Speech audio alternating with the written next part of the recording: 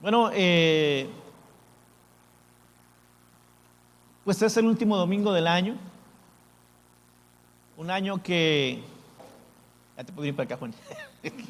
Un año que para nosotros y para todo el mundo fue un año difícil, un año complicado, un año en el que definitivamente aprendimos muchas cosas y definitivamente seguiremos aprendiendo porque esto no ha acabado.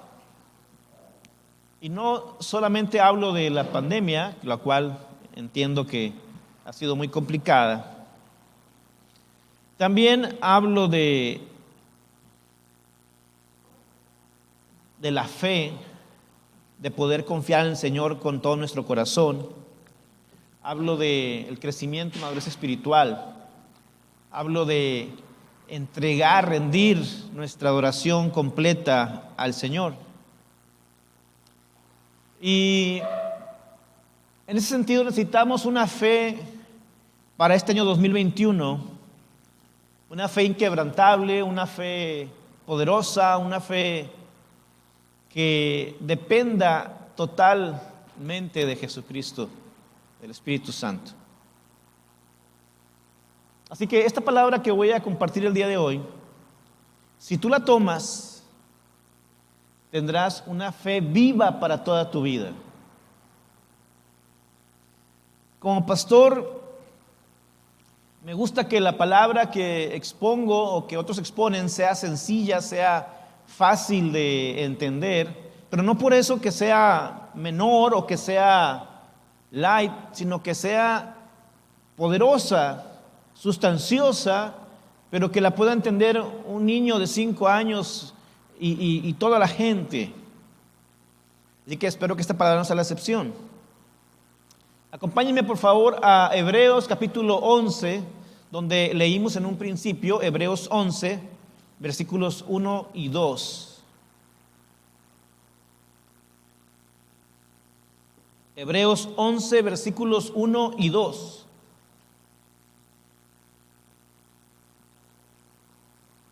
Voy a leer, me sigue con su vista, dice así Hebreos capítulo 11, versículos 1 y 2. Es pues la fe, la certeza de lo que se espera y la convicción de lo que no se ve. Porque por ella alcanzaron buen testimonio los antiguos. Hasta ahí.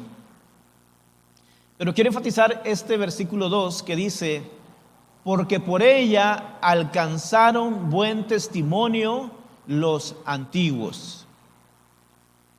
Este capítulo 11 de Hebreos empieza con lo que muchos han dicho que es la definición de la fe. Pero más que una definición, creo que es una descripción de lo que es la fe y cómo funciona la fe. Lo podemos parafrasear o decir de esta otra manera. La fe se manifiesta como una obediencia confiada a la palabra de Dios a pesar de las circunstancias o las consecuencias. Lo voy a repetir. La fe se manifiesta como una obediencia confiada a la palabra de Dios a pesar de las circunstancias o las consecuencias. Y después de esta definición de la fe, el versículo 3, el escritor de Hebreos da un listado en adelante de lo que conocemos como los héroes de la fe, como el salón de la fama de la fe. O sea, el que escribió Hebreos, en el capítulo 11, empieza a dar un listado de personas que son héroes en la fe o famosos en la fe. Estos héroes de la fe literalmente se hicieron famosos debido a los procesos tan grandes que pasaron. Y cuando digo procesos me refiero a pruebas, circunstancias difíciles que pasaron y se hicieron famosos debido a ello. Eran personas que fueron muy conocidas por lo que lograron a través de la fe. Y quiero que veamos algo muy interesante eh, que de estos hombres tuvieron, y fue el buen testimonio.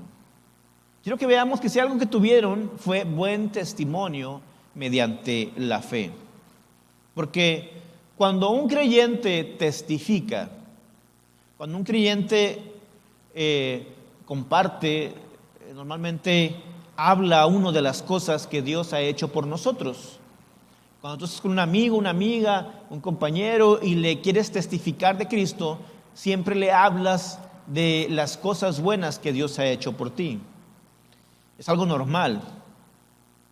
Pero cuando la fe testifica, escúcheme bien, es diferente. Es decir, si los pasara a ustedes al frente para que cada uno me diera un testimonio, ustedes van a decir, pues Dios en este año 2020 me sanó, en este 2020 me dio, en este 2020 me guardó, me protegió, me regaló. Van a decir todo lo que Dios ha hecho por ustedes, por mí. Pero cuando la fe testifica de ti, escúchame bien, la fe habla no de lo que Dios ha hecho por uno, sino de lo que uno ha hecho por Dios. Voy a explicar más bien esto. Cuando la fe testifica, la fe habla de lo que uno ha hecho por Dios. El hombre testifica lo que Dios ha hecho por él, pero la fe testifica lo que el hombre ha hecho por Dios. Y no estoy hablando de que nosotros le hagamos favores a Dios, no, sino de cómo logramos cosas en Dios, cómo logramos victorias en Dios. Cuando la palabra dice que obtuvieron buen testimonio, está diciendo que la fe testificó de ellos. La fe testificó de ellos. En otras palabras, la fe dio testimonio de que al obedecer confiadamente a la palabra de Dios, estas personas produjeron en sus vidas grandes cosas que glorificaron a Dios. ¿Por qué glorificaron a Dios? Porque lo lograron habiendo confiado y obedeciendo los mandamientos de Dios. Por eso glorificaron a Dios. Y esta es la palabra que te quiero hablar a ti, que me estás escuchando aquí en el salón y allá en tu casa. Quiero hablarte, declararte o desatar, como se diga, para la congregación, el reino, para las familias, para todo el que me escucha, este año 2021, una palabra fuerte para ustedes. Este año será un año donde nuestra fe va a crecer, va a madurar y va a testificar de nosotros.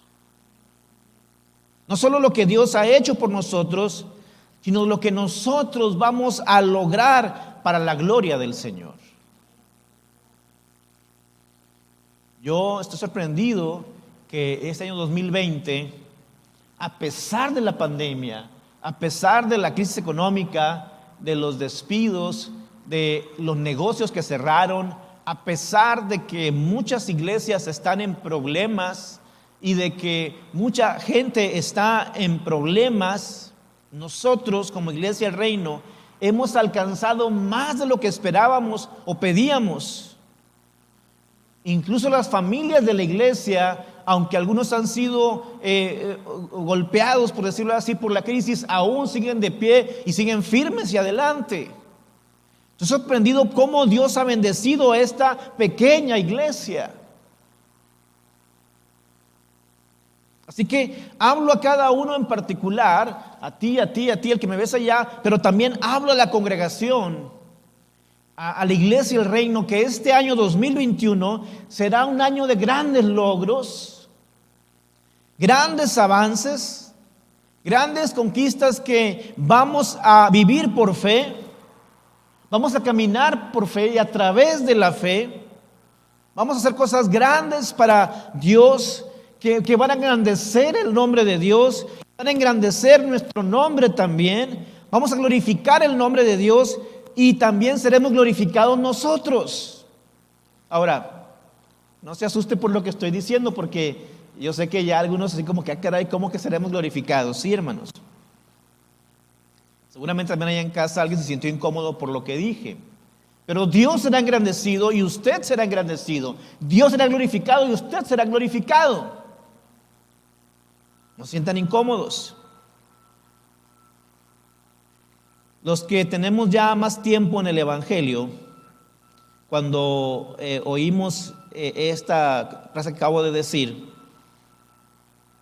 en nuestra mente y corazón, que ya está muy enseñada, nos incomoda lo que acabo de decir, que seremos glorificados. Pero déjenme explicarles. Cuando yo hablo de ser engrandecidos y ser glorificados, no estoy hablando de riquezas, porque pensamos nosotros, nos gusta pensar que hemos sido condicionados como creyentes a vivir siempre abajo. Mucha gente ha pensado que el cristiano está condicionado a nunca aspirar grandeza, que el creyente no debe aspirar a ser glorificado, que el creyente debe vivir una vida de humildad y de contentamiento. Y en parte es cierto. Pero hermanos, la humildad y el contentamiento no es lo mismo que la miseria y la mediocridad. Porque una cosa es ser humilde y tener contentamiento, y otra vivir en miseria y en mediocridad. Muchos están convencidos de que seremos glorificados allá en el cielo. Seremos bendecidos allá en el cielo. Y aquellos que nos sentimos un poquito incómodos, cuando yo menciono que seremos engrandecidos y seremos glorificados, es porque quizás se les ha olvidado lo que dice Romanos capítulo 8, versículo 17. Si me acompaña usted a Romanos 8, 17, dice, en la Nueva Traducción Viviente, lo voy a leer, dice: así que, como somos sus hijos, también somos sus herederos. De hecho, somos herederos junto con Cristo de la gloria de Dios. Pero si vamos a participar de su gloria, también debemos participar de su sufrimiento. Otra versión dice: somos coherederos con Cristo. Es decir, somos herederos de la gloria de Dios. Escúchelo bien. Usted es un heredero de la gloria de Dios. En el momento que uno viene a Cristo, se vuelve heredero de la gloria de Dios. Yo le garantizo que estos héroes de la fe que están en la lista de Hebreos 11 no lograron entrar en esta lista por tener mentalidades mediocres y miserables. Al contrario, era gente motivada, era gente que tenía sanas y santas ambiciones de ganar más para Jesucristo.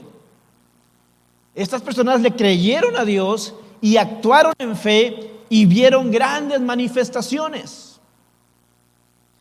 Y eso me lleva al primer punto de 4 que le voy a compartir el día de hoy. Así que quieren anotar, los que les gusta anotar, anótenle por ahí. 4 puntos de cómo tener una fe poderosa para el año 2021. Número 1, tenemos que redefinir lo que es la grandeza. Redefinir lo que es la grandeza. Porque cuando hablamos de grandeza, cuando hablamos de gloria, usted se incomoda, o nos incomodamos ahí en casa. ¿Qué está diciendo el pastor? ¿Por qué dijo eso el pastor? Porque normalmente nuestra mentalidad se va a la definición del mundo de lo que es grandeza. Cuando el mundo piensa que alguien es grande, piensa en alguien que es famoso, piensa en alguien que es rico, piensa en alguien que es poderoso o que tiene muchos logros. Muchas veces, cuando pensamos en estas celebridades, los pensamos en términos de vanidad y de egoísmo. Muchas de las celebridades son personas así. Se les ha subido a la cabeza el éxito y se vuelven personas vanas y egoístas. Sienten derecho a hacer lo que quieren y que todo el mundo haga lo que ellos quieren. Y es por eso que nos molesta pensar que Dios nos engrandezca o nos glorifique, porque lo pensamos en esta manera. Pero los estándares de Dios siempre son distintos a los estándares del hombre. Los estándares de Dios para la grandeza son distintos. Y le voy a dar unos ejemplos. Tenemos, por ejemplo, el profeta Samuel en el Antiguo Testamento.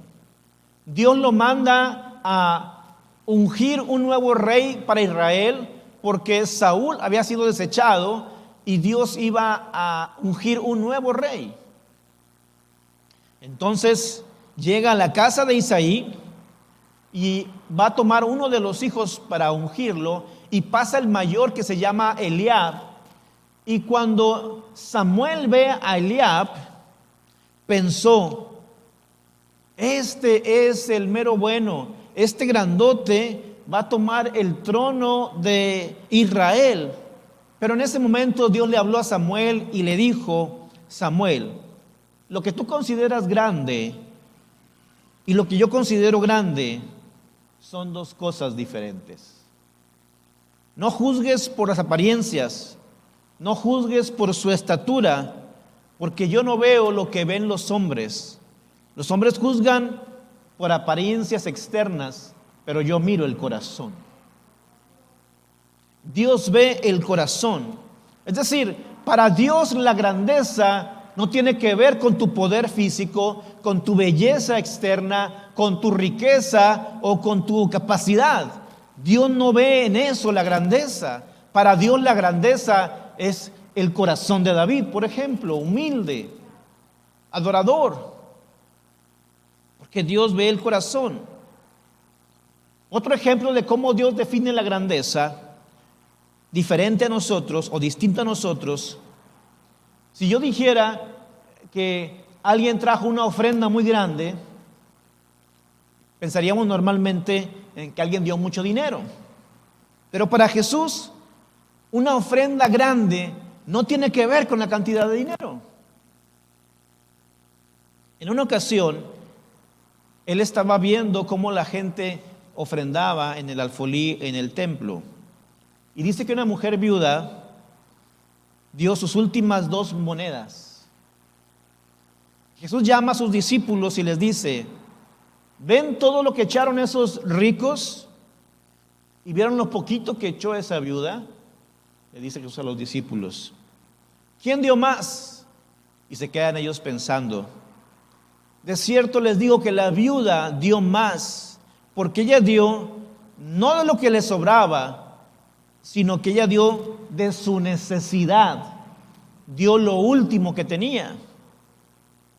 Entonces, para el hombre una ofrenda grande tiene que ver con la cantidad que damos, pero para Dios una ofrenda grande tiene que ver con la cantidad que te sobra. ¿Me explico? No es lo mismo la grandeza del hombre de lo que Dios considera grandeza. Por eso digo que Dios quiere engrandecernos, glorificarnos a nosotros como iglesia, pero en términos de su palabra y no en nuestros términos seculares o mundanos. ¿Me estoy explicando?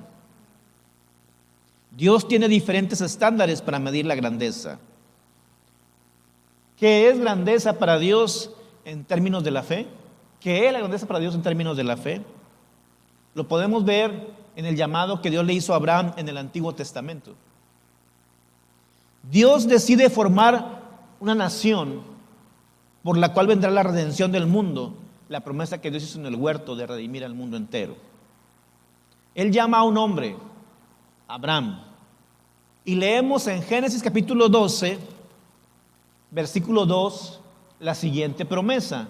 Génesis 12:2: haré de ti una nación grande, te bendeciré y te haré famoso y serás una bendición para todos. Lo voy a repetir: haré de ti una nación grande, te bendeciré y te haré famoso y serás una bendición para otros. Noten ustedes que este versículo, aquí en este versículo, Dios no está hablando de que Abraham engrandezca a Dios, ¿no? Dios está diciendo: yo voy a engrandecer a Abraham. Yo voy a engrandecer a Abraham. Eso es lo que dice el texto. Usted lee el texto y usted va a leer que Dios no dice que Abraham va a engrandecer a Dios. El texto dice que Dios va a engrandecer a Abraham. Eso dice el texto. Dios no le está diciendo, tú me tienes que engrandecer a mí. Lo que sí le dijo es, obedéceme. En el versículo 1 le dijo, sal de tu tierra y tu parentela. Le dijo, obedéceme. Eso le pide Dios a Abraham, obediencia. Pero lo que sí le está diciendo, yo te voy a engrandecer y te voy a hacer famoso, a ser conocido. Y hasta el día de hoy, Abraham es famoso y conocido. Y eso es muy interesante porque cuando pensamos en fama, pensamos en grandeza, nuestra definición siempre va a esa definición que incluye vanidad y egoísmo. Pero la definición de Dios para fama y grandeza se liga al propósito, porque miren lo que dice la segunda parte de este versículo. O sea, cuando usted piensa en fama y grandeza, lo ligamos a vanidad y egoísmo. Pero no, Dios cuando piensa en grandeza y en gloria, lo liga al propósito. Y eso es lo que dice el versículo 2. La segunda parte dice, y serás bendición para otros. Es decir, Dios dice, te voy a engrandecer, te voy a prosperar, te voy a hacer famoso, pero para que seas bendición para otros.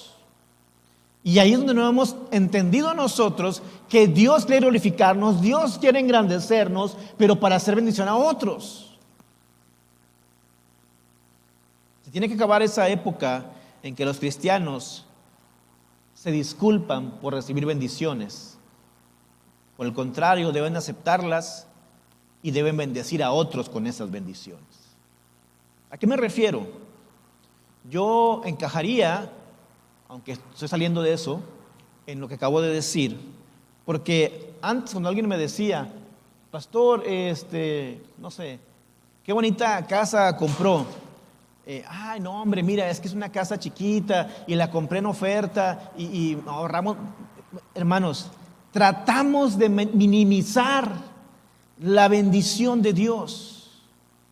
Qué bonitos zapatos, qué bonito reloj. No, hombre, es que lo compré en oferta. Mira, tratamos de minimizar la bendición de Dios. Cuando alguien le diga a usted, qué bonita, no sé, camioneta, y usted dice, no, hombre, es que fíjate que este ya año 2020 se va a acabar y la compré en promoción porque es el último modelo para que ya brincar el año.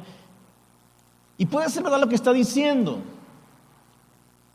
pero como que hasta cierto punto nos vemos en la necesidad de justificar, de explicar, hasta de disculparnos del por qué disfrutamos de cierta cual cosa o bendición. No tiene por qué ser así. Cuando entendemos la grandeza y las bendiciones de Dios en términos de propósito, de lo que Dios quiere desarrollar en nuestras vidas, dejamos de tener reservas, dejamos de tener miedo de pedirle a Dios y empezamos a creerle a Dios por cosas grandes y por grandes bendiciones en nuestras vidas, porque Dios le dice a Abraham, te haré grande y serás bendición para que bendigas a otros. Entonces, cuando Dios te bendiga mucho, no te avergüences ni lo ocultes, decláralo, porque es para que tengas un propósito y bendigas a otros. No para que seas vanidoso ni egoísta, sino para que bendigas a otros. Ahora, si tú quieres ser bendición, tienes que estar bendecido. Y no hablo solamente del dinero. Si tú quieres ser bendición, tienes que estar bendecido.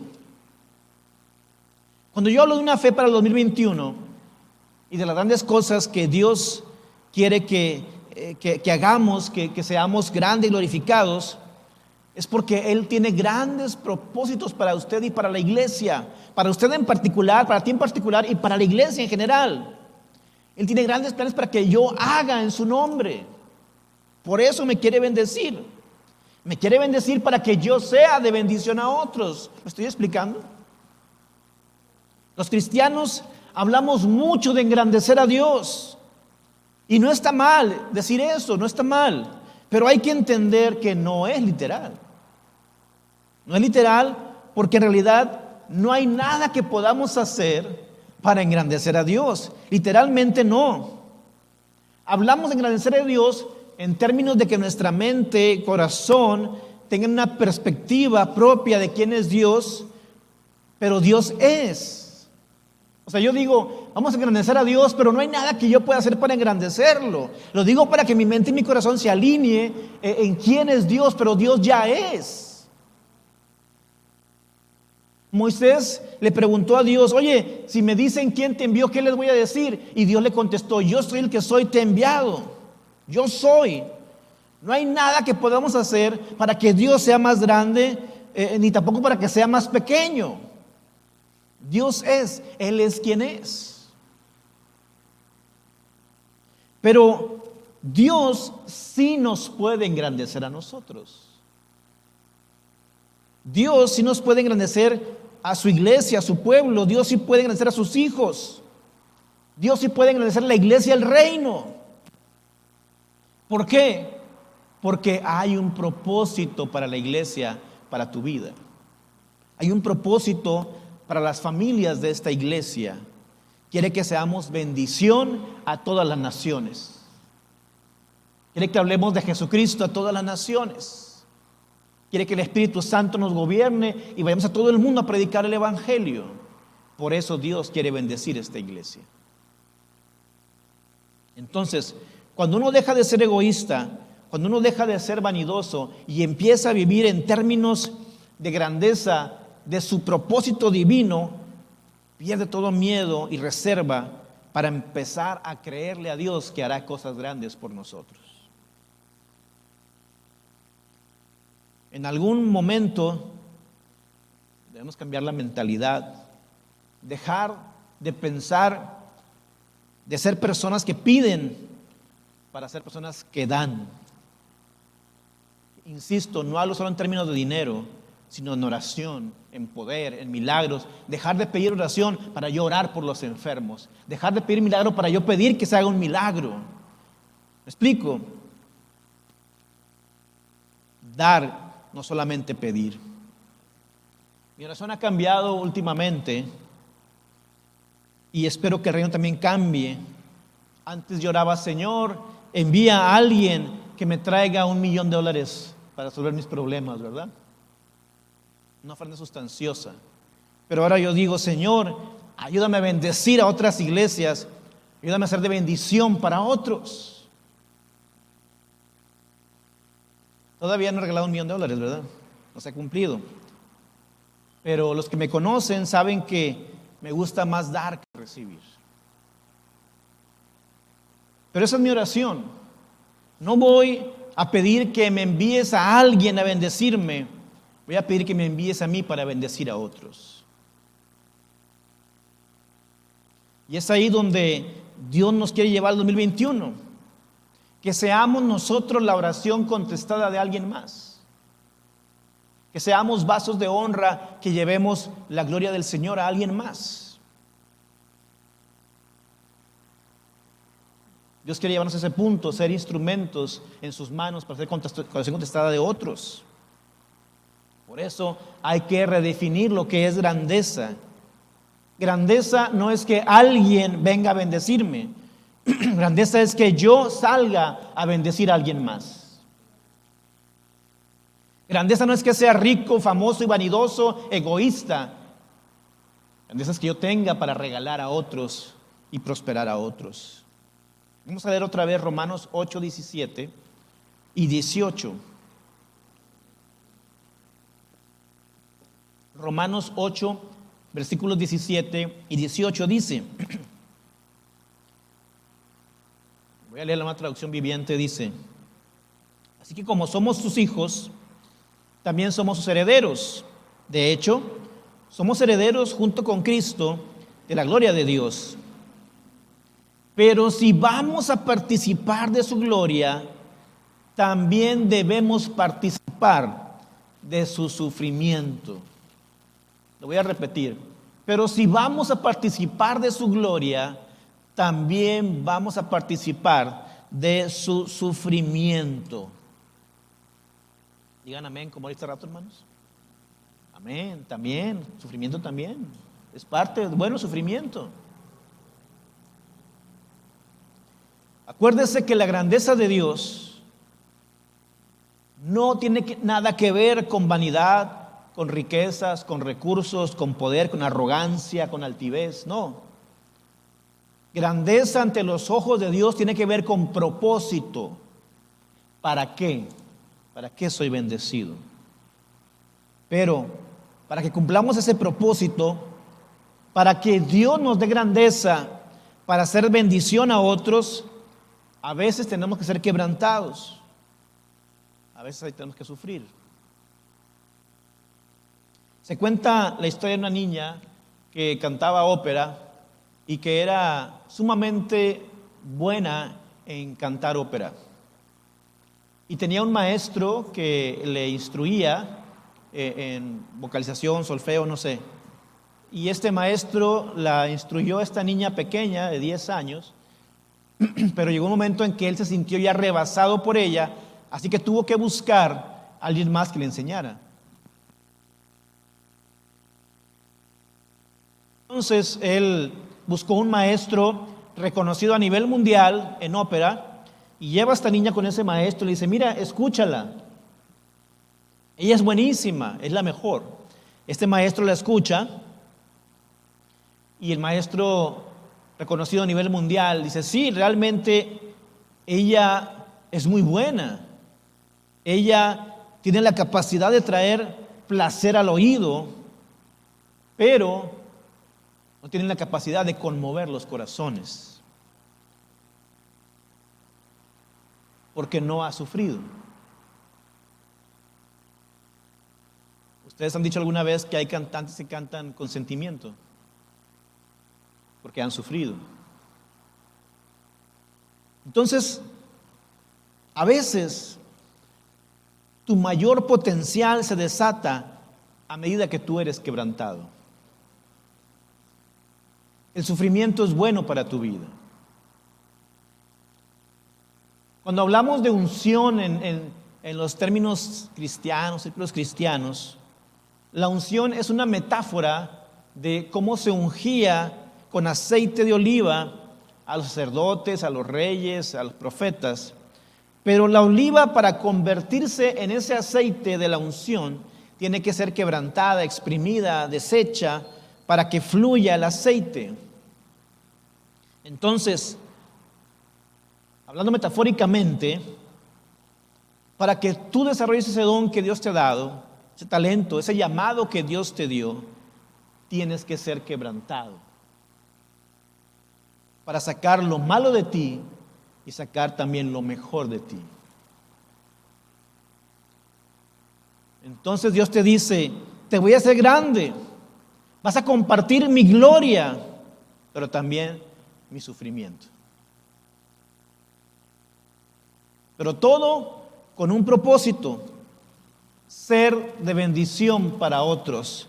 Porque aun cuando sufrimos, dijo el apóstol, consolaremos a otros de la misma manera que fuimos consolados. Grandeza a los ojos de Dios tiene que ver con propósito. La victoria más grande no la obtuvo Jesús en un estrado con la gente aplaudiéndole y para hacerlo rey. La grandeza o la victoria más grande de Jesús la obtuvo en la cruz, crucificado, sufriendo para darnos vida eterna. Así que no hay nada malo con aspirar a grandeza, siempre y cuando esa grandeza vaya en la línea con la definición de Dios de lo que es grandeza, no la que el mundo tiene, sino la que Dios tiene. Y esto me lleva al punto 2. No intentes fabricar la fe. Número 1, redefinir lo que es grandeza. Número 2, no intentes fabricar la fe. Es imposible fabricar la fe. Puedes practicar la fe, puedes ejercitar tu fe, pero no puedes fabricar la fe. La fe no viene por tratar. La fe viene por rendirse ante los pies de Jesucristo. En otras palabras, la fe no viene del intelecto o del esfuerzo humano. La fe es sobrenatural y está anclada en la naturaleza de Dios y en las promesas de Dios. Miren, un ejemplo de esto está en el Antiguo Testamento. A los sacerdotes se les prohibía usar vestimentas que les hicieran sudar. Tenían que usar el efod, era blanco, era fresco, era de lino, que los mantenía frescos y no sudaban, porque Dios no quería que sudaran en su presencia. Y eso era un recordatorio que todo el favor de Dios no es por el esfuerzo humano. La gracia, la misericordia de Dios son por su amor, no por un trabajo que el hombre haga. Dios te bendice, te ama, te tiene misericordia de ti porque Él es bueno, no porque tú te hayas esforzado. ¿Me explico? De la misma manera, la fe no la puedes comprar, no la puedes fabricar, no la puedes declarar. No puedes decir, este año voy a tener más fe que el año 2020. El 2021 será un año de mucha fe para mí. No la puedes declarar. No la puedes comprar. No se consigue así la fe. La fe no se puede fabricar. La fe en la Biblia es tanto un fruto como un don del Espíritu. Para ejemplificar esto, hay que pensar en un árbol de manzanas y un árbol de Navidad. Voy a decir por qué. El árbol de manzanas produce fruto. La manzana se produce a sí misma. El árbol produce la manzana. El Espíritu de Navidad produce regalos. Pero no es que el árbol los produzca, sino que alguien más viene y los deposita ahí, debajo del árbol. Alguien fue y los compró y fue y los depositó ahí debajo del árbol. En un caso, la manzana es el fruto del árbol.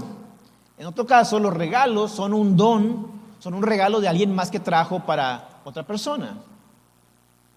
Ahora, en términos espirituales, cuando uno está conectado con la vid, con el árbol que es Jesucristo, Juan dice en Juan 15:5, ciertamente yo soy la vid y ustedes las ramas.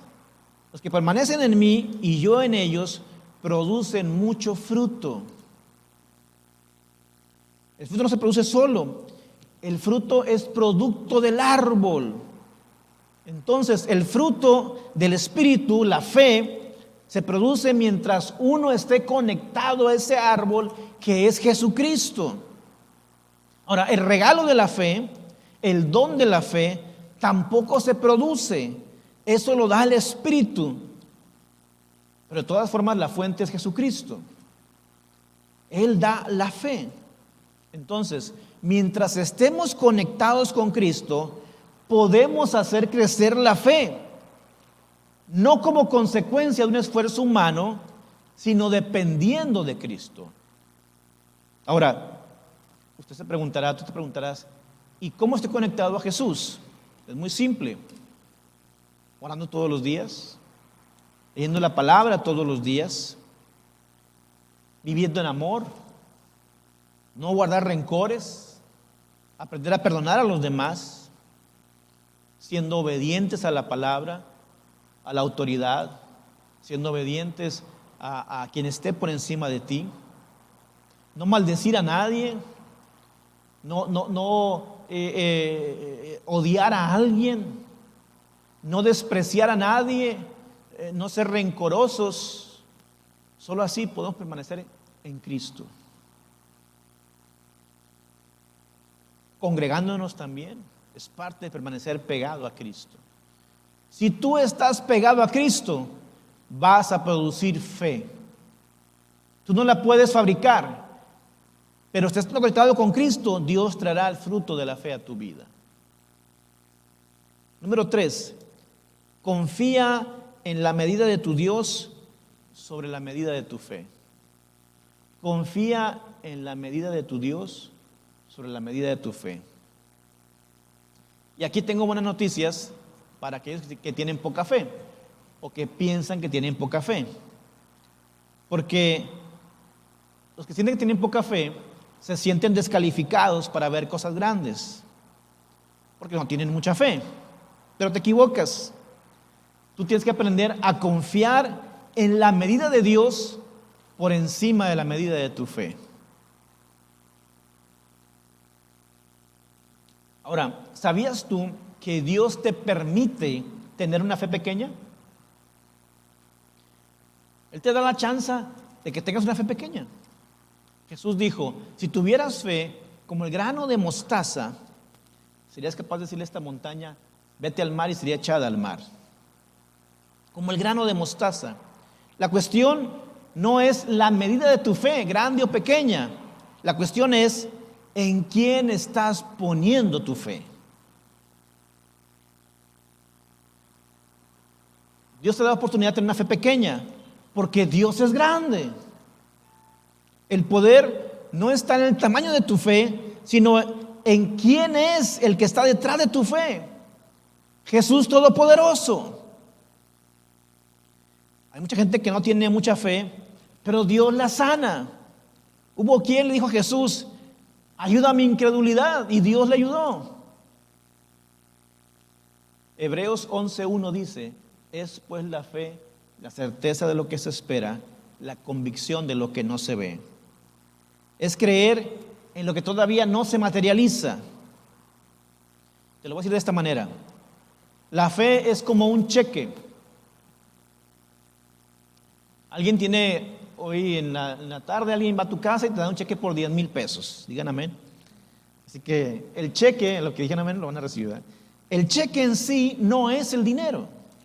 Tú das el cheque y pues un papel, no es el dinero. Pero tú sabes que tú puedes ir al banco donde está esa cuenta, llevar el cheque y te van a dar el dinero. ¿Es correcto? El cheque es la certeza, es la convicción de lo que todavía no tienes en tus manos, pero lo vas a tener. Tienes algo tangible de lo que todavía no es tangible. Entonces, cuando tú confías en las promesas de Dios, es como tener un cheque para ir a cobrar lo que Dios preparó para esa cuenta, para ti. Dios te dio un cheque de las promesas para que tú las cobres. No es el cheque, es quien está detrás de esa cuenta, ese cheque. No es tu fe, es quien está detrás de tu fe. Cuando Dios le dice a Abraham en Génesis 12, de ti estableceré una nación grande. Mira las estrellas del cielo, no las puedes contar. Así será tu descendencia, no la vas a poder contar. Cuando Dios le dice esto a Abraham, Abraham tenía 99 años de edad. No tenía hijos. Su esposa no se podía embarazar. Y Dios le dice, te voy a dar descendencia. Abraham quizá pensó, pues tengo que empezar con un hijo, y no tengo ningún hijo. Pero miren lo que dice Romanos 4:18. Dice Romanos 4:18, aun cuando no había motivos para tener esperanza, Abraham siguió teniendo esperanza. Otra versión dice esperanza contra esperanza, porque había creído en que llegaría a ser el padre de muchas naciones. Pues Dios le había dicho, esa es la cantidad de descendientes que tendrás. Y la fe de Abraham no se debilitó a pesar de que él reconocía que por tener unos 100 años de edad, su cuerpo ya estaba muy anciano para tener hijos, igual que el vientre de Sara. Abraham siempre creyó la promesa de Dios sin vacilar. De hecho, su fe se fortaleció aún más y así le dio gloria a Dios. Abraham estaba plenamente convencido de que Dios es poderoso para cumplir todo lo que promete. Creyó esperanza contra esperanza. ¿Y quiere decir esto? Una esperanza era la condición humana. Tengo 99 años o 100, no tengo hijos, mi esposa es estéril, estamos ancianos los dos. Entonces él veía esa esperanza y decía, esto es imposible. Lo que se prometió es humanamente imposible. Pero luego tenía otra esperanza. La esperanza de Dios que le hablaba a su mente y corazón y le decía: pero acuérdate que el que te prometió es el Dios de lo imposible. Entonces tú decides, ¿vas a creerle a tu duda o vas a creerle a Dios? ¿Vas a creer en tu duda o vas a dudar de tu duda? Porque a veces dudamos de Dios, pero ¿por qué no mejor dudar de nuestras dudas? ¿Y qué si Dios no lo cumple? ¿Y qué si sí lo cumple?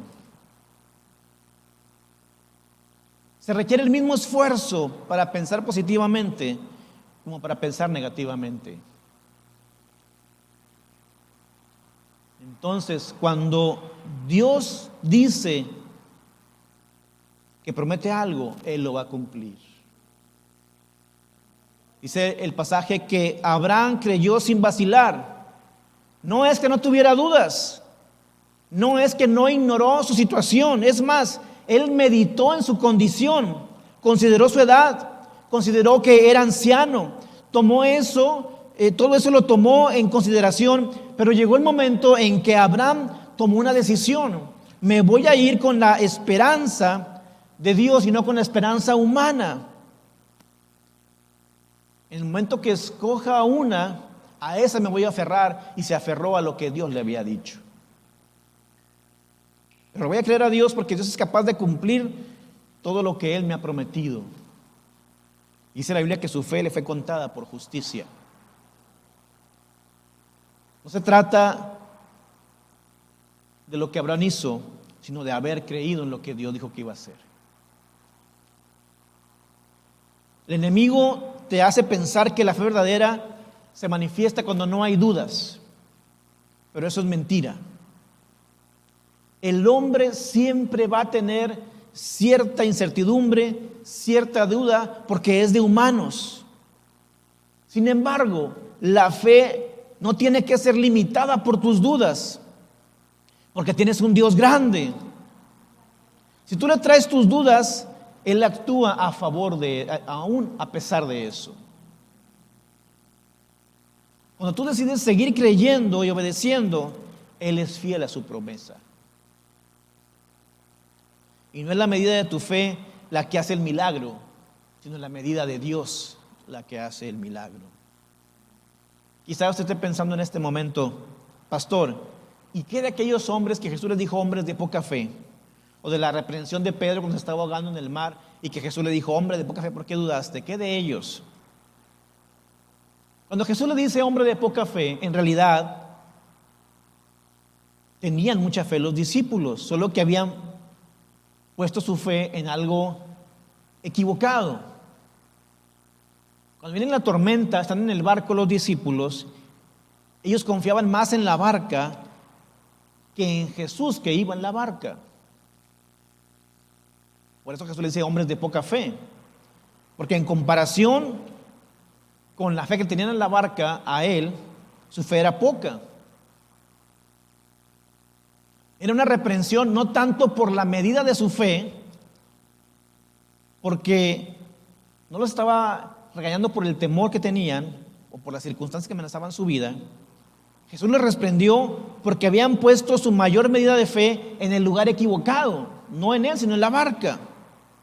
Tus dudas te pueden llevar a una mayor búsqueda de Dios y te pueden llevar a un mejor crecimiento de tu fe. Tus dudas te pueden hacer crecer como cristiano incluso.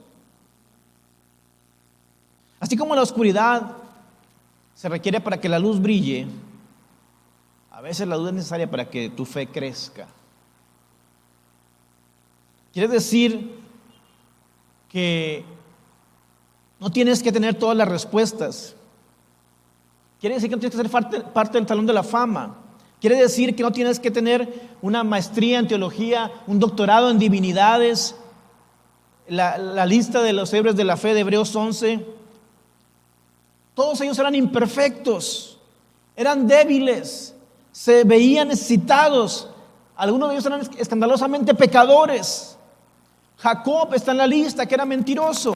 David está en la lista, que era un adúltero. Sansón está en la lista, que tenía mujeres. Rahab, que era una ramera, está en la lista de los héroes de la fe. Sin embargo, todos llegaron al salón de la fama de la fe. ¿Por qué?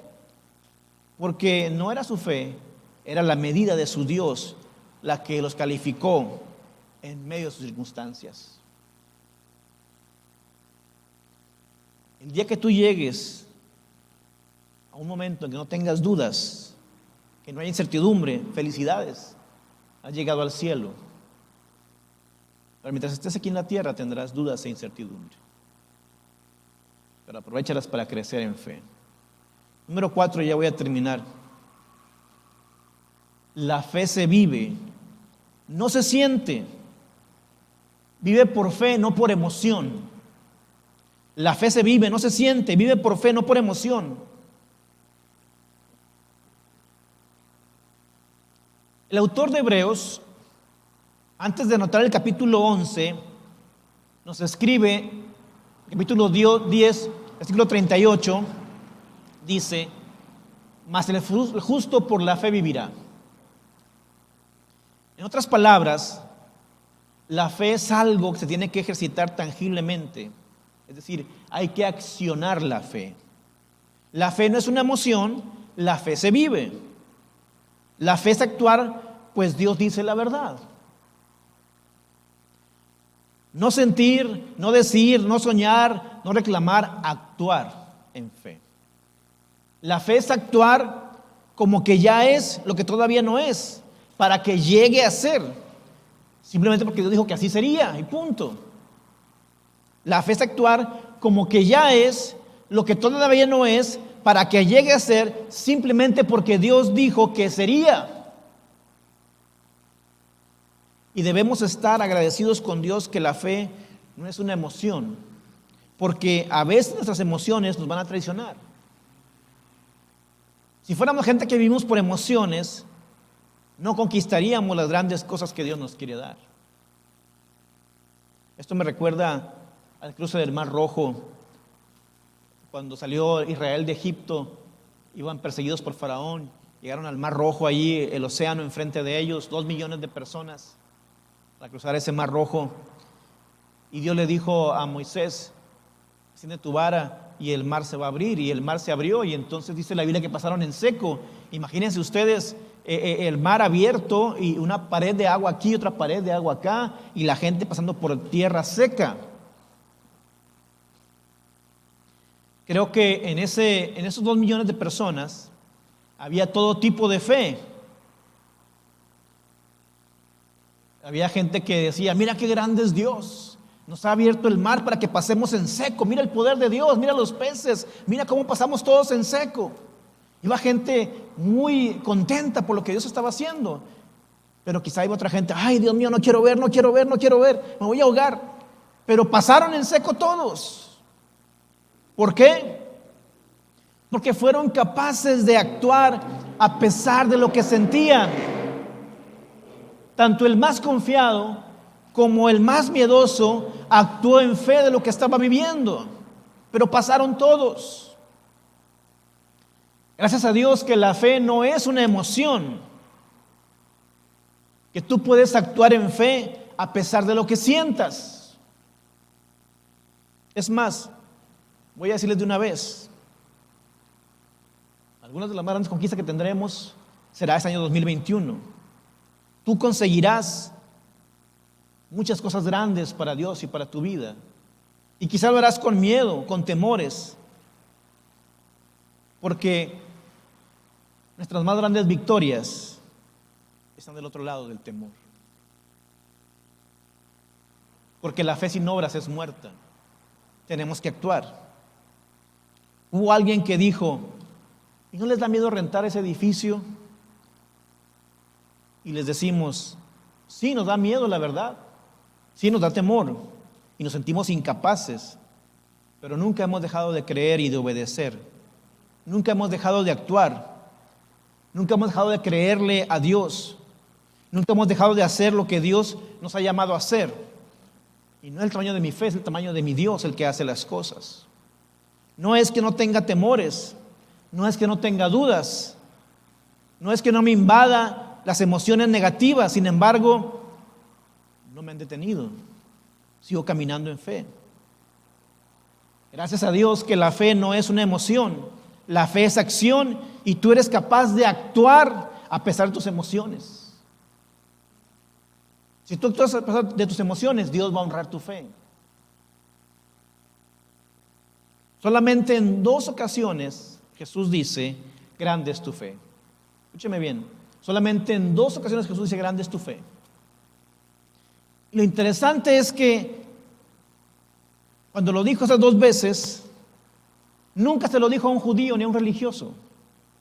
Se lo dijo a un gentil, alguien que no era parte del pueblo judío ni religioso. Una de esas 2 era una mujer cananita, cuya hija estaba poseída por un demonio. Y ella como madre sufría por su hija poseída por un demonio. Ella entra a la escena y está Jesús con sus discípulos en una casa. Y para una mujer, quiero que entiendan ustedes eso, para una mujer en aquellos tiempos, en aquella cultura, entrar a una sala donde hay puros hombres era escandaloso. Sin embargo, ella entra con fe, pone en acción su fe. Muchos quizás la vieron y dijeron, mira esta sinvergüenza. Pero lo bueno es que la fe no es una emoción, ¿verdad? Ella a lo mejor sintió vergüenza, pero la fe no es una emoción. La fe es una acción. Y la fe se acciona a pesar de las emociones. Quizás sintió avergonzada, quizás tuvo temor de acercarse, pero la fe es una acción y ella llegó a los pies de Jesús y se postró ante él y le dijo, Señor, mi hija está gravemente atormentada, ten piedad de mí, ten piedad de mi hija. La Biblia dice en Mateo 15, no lo puedo leer, pero ustedes lo pueden leer después, que al principio Jesús la ignoró a esta mujer, no le dijo nada, la dejó hablando sola. Los discípulos le decían, oye, cállala, despídela para que se vaya, nos molesta que se vaya esta mujer. Y Jesús no decía nada. Yo creo que esta mujer se sintió ignorada por Jesús. ¿O cómo sienten ustedes cuando le hablan a alguien y no les contesta nada? Con tu hermano, amigo, esposo, esposa, padre, le hablas y no te contesta nada, está en el celular, lo que sea, ¿cómo te sientes tú? Ignorado. Yo creo que esta mujer se sintió ignorada. Lo bueno es que la fe no es un sentir, es una emoción. A pesar de haberse sentido ignorada, no se fue, ella permaneció allí. Cuando Jesús finalmente habla, le dice, es que yo fui enviado solamente a las ovejas de la casa de Israel. Como si le dijera, tú eres cananita, no eres oveja de Israel. Mis milagros, mis intervenciones no son para los gentiles, son para judíos. No encajas en esta categoría. Entonces mira esto, primero se sintió ignorada. Cuando finalmente Jesús le responde algo, se sintió quizá desanimada, porque Jesús le está diciendo que su intervención no es para ella. Se sintió desanimada. Lo bueno es que la fe no es una emoción, ni es un sentimiento. Porque vivimos por fe, no por emoción. Ella no dejó que su sentimiento le dictara lo que ella iba a creer y hacer. No se fue, no huyó, se quedó ahí. Entonces Jesús pone más presión sobre ella porque enseguida le dice, no es correcto dar el pan de los hijos que se sirven a la mesa para los perrillos. Y no quiero explicar ahorita qué es eso, por qué le dijo eso, pero lo que estaba Jesús diciéndole era que le estaba dando una oportunidad para que se manifestara realmente la fe viva de ella, para sorprender a sus discípulos con su respuesta, porque Dios estaba enseñando a sus discípulos lo que es una fe verdadera, una fe poderosa. Le dice, no es correcto dar el pan que se sirve a la mesa para los hijos a los perrillos. Jesús le dice prácticamente que es una perrilla. No es correcto darle el pan de los hijos a ella. Se pudo haber sentido ofendida por esto. Se pudo sentir humillada, pero Bueno, es que la fe no es un sentimiento ni una emoción. Qué bueno que ella no dejó que la emoción dictara lo que iba a hacer y cómo había de responder. Déjame decirte algo, una pausa, un paréntesis. Si tú eres una persona que fácilmente se ofende, tú no vas a ver muchos milagros. Si tú te ofendes fácilmente, tú no vas a ver muchos milagros.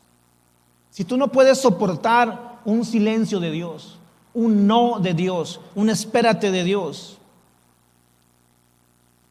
no vas a ver muchos milagros. Si tú te ofendes porque no te saludaron en la iglesia, porque no te felicitaron en tu cumpleaños, o porque el pastor predicó muy duro, o porque no te gustó la alabanza, o porque el peinado de la hermana está muy ostentoso, porque el pastor trae tenis y no zapatos, tú no vas a ver muchos milagros.